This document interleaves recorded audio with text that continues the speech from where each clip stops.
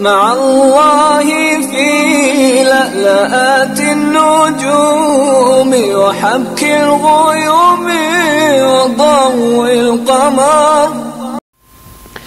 نحمدہ و نصلی علی رسول الکریم اما بعد بسم اللہ الرحمن الرحیم۔ معزز خواتین و حضرات السلام علیکم ورحمۃ اللہ وبرکاتہ۔ میں آپ کی خدمت میں حاضر ہوں پروگرام سنہری باتوں کے ساتھ، اور آج کی مجلس میں آپ کے سامنے بیان کیا جائے گا کہ کس قسم کی موتیں ہیں کہ جن سے نبی کریم صلی اللہ علیہ وسلم نے خود پناہ مانگی ہے۔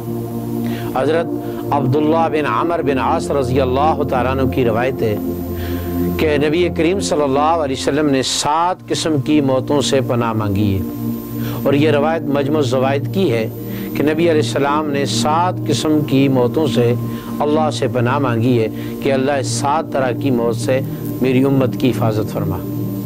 نمبر 1 اچانک موت۔ نمبر 2 سانپ کے ڈسنے سے، کیونکہ سانپ کا ڈسا پانی بھی نہیں مانگتا۔ سانپ کے ڈسنے والے کو سلیم کہا گیا عربی میں۔ سلیم کا معنی ہے دعا کرو اللہ اس کو اس زہر سے سلامت رکھ دے، یعنی سانپ کا ڈسنا یہ انتہائی خطرناک ہوتا ہے۔ تو نبی کریم صلی اللہ علیہ وسلم نے سانپ کے ڈسنے سے بھی پناہ مانگی۔ نبی کریم صلی اللہ علیہ وسلم نے کسی درندے کے پھاڑنے سے بھی پناہ مانگی ہے۔ نبی کریم صلی اللہ علیہ وسلم نے آگ کے جلنے سے بھی پناہ مانگی ہے، پانی میں ڈوبنے سے بھی پناہ مانگی ہے۔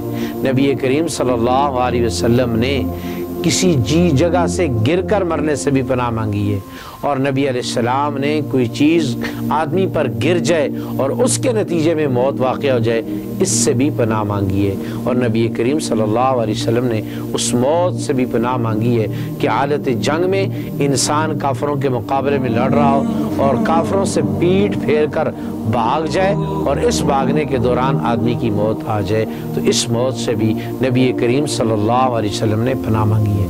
تو گویا 7 طرح کی موتیں ایسی ہیں کہ جن سے رسول پاک صلی اللہ علیہ وسلم نے اللہ کی پناہ مانگی ہے۔ نمبر 1 اچانک موت سے، نمبر 2 سانپ کے ڈسنے سے، نمبر 3 درندے کے چیرنے اور پھاڑنے سے، نمبر 4 جلنے سے، نمبر 5 ڈوبنے سے، اور نمبر 6 کسی چیز کے اوپر گرنے سے، اور نمبر 7 جنگ سے بھاگتے ہوئے آدمی قتل ہو جائے۔ تو یہ کبیرہ گناہوں میں سے گناہ ہے۔ ان 7 موقعوں کی موت سے رسول اللہ نے پناہ مانگی ہے۔ اللہ میری اور آپ کی اور پوری امت مسلمان کے كل